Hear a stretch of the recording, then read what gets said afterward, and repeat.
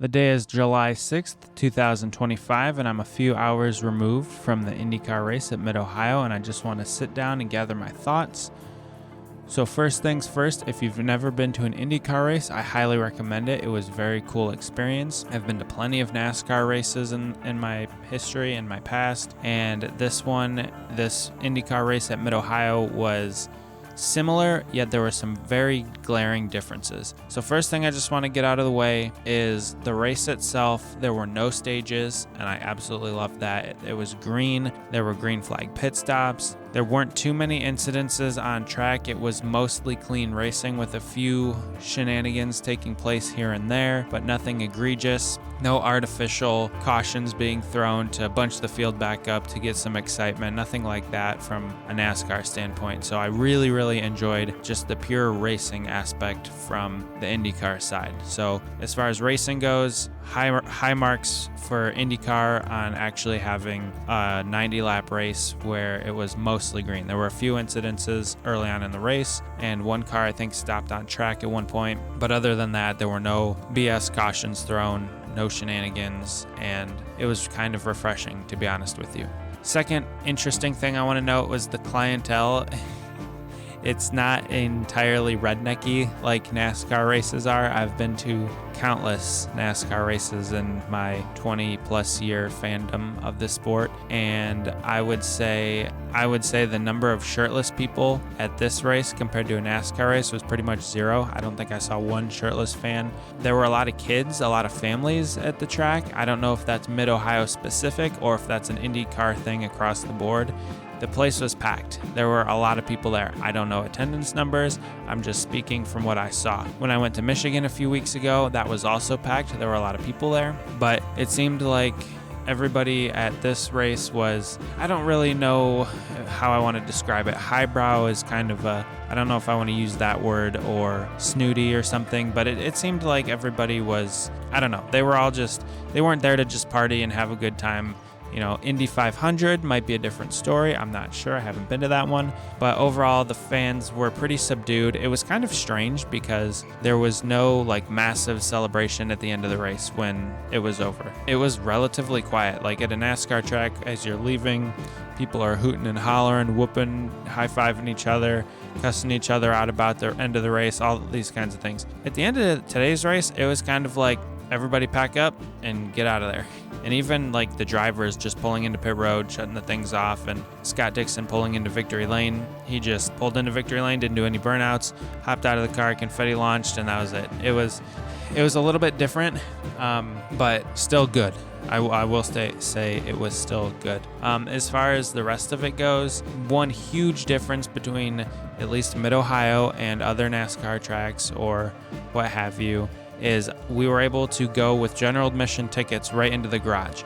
So we were able to see the cars up close. I mean, we could have touched them if we wanted to, and we didn't have any special passes. It was just a general admission pass. We were able to walk right in, pretty much could have touched the cars. The teams were very respectful of everybody. Everybody was respectful of the teams. There were a few drivers around signing autographs like Pato O'Ward, and it was a really neat thing to see that we could just be in the garage and by the haulers and, not have any security freaking out on us or anything like that. We did get there a little bit later than we had anticipated because there was a huge backup getting into the track. So we missed the Indy Next race that was before the IndyCar race, and we did see Hailie Deegan's car being pushed away. So that was kind of cool. Little NASCAR tie. But overall, it was a really fun day. As far as the merchandise goes, I was a little disappointed that they didn't have a program, but I purchased a few 164 IndyCars and then a 118 blank IndyCar that I'm going to be turning into a Kyle Kirkwood car that he raced today. He is from Jupiter, Florida, and that is one of my wife's favorite places to go in the United States, and she grew up going there with her grandparents. So she has taken a liking to him as her driver, and so they didn't have any of his diecast, and I was a little disappointed. But they did have a blank diecast. They call it an autograph car, And I think Lionel and NASCAR is absolutely missing out on this opportunity. But at the same time, I know why they're not doing it, because I'm absolutely going to turn this autograph car into a custom Kyle Kirkwood car. Aside from that, I bought a poster, a t-shirt, and it was signed by some guy that I had no idea who it was. Ari something. I'll put the picture up here. Apparently he's a 2-time Indy 500 winner, and I guess his son was on The Bachelor or something. My wife knew who his son was from watching TV shows, and I didn't. So it was an interesting interaction. So he signed my shirt, and that it was just a very funny conversation with him. He was just in the merchandise hauler and nobody was really around him, so it was kind of strange. But again, overall, I would say it was a great day. It was 1,000,000 degrees with barely any cloud cover. And the nice thing about Mid-Ohio, now I have been there before, the nice thing about it is if you get general admission, you can kind of go anywhere you want in the infield, pick seats. You just can't, to my knowledge, you can't go into the grandstand seating. So I'm not entirely sure. However, I will say that this video is getting quite a bit long, and I wanted to just thank you guys for listening to me about my first IndyCar experience. And again, highly recommend it. If you have gone to NASCAR races and are trying to look for something new and different, the IndyCar experience is very cool. I really liked the racing. It was mostly single file. There was some passing. It wasn't like a boxing match with race cars like NASCAR is sometimes. But I also have a feeling that's because it was green a lot of the race and there were no BS cautions thrown. Oh, and one other thing, the winner, so Alex Palou has won 6 out of the first 10. Well, he won 6 out of the first 9 coming into today. Kyle Kirkwood had won the other 3, and Palou dominated. He led, I don't even know, like 80 of the 90 laps or something like that. Maybe like 75, something around there. And he made 2 mistakes all day, and that allowed Scott Dixon to, I guess, pretty much overtake him with, I think it was like 4 or 5 laps to go, maybe 6.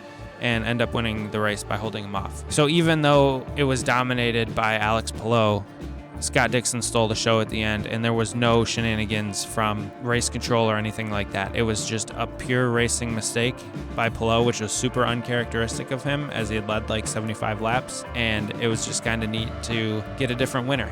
So yeah, just thanks for listening, and I hope you guys enjoyed this video, and I'll talk to you guys later in the next thing that I do. Bye, everyone.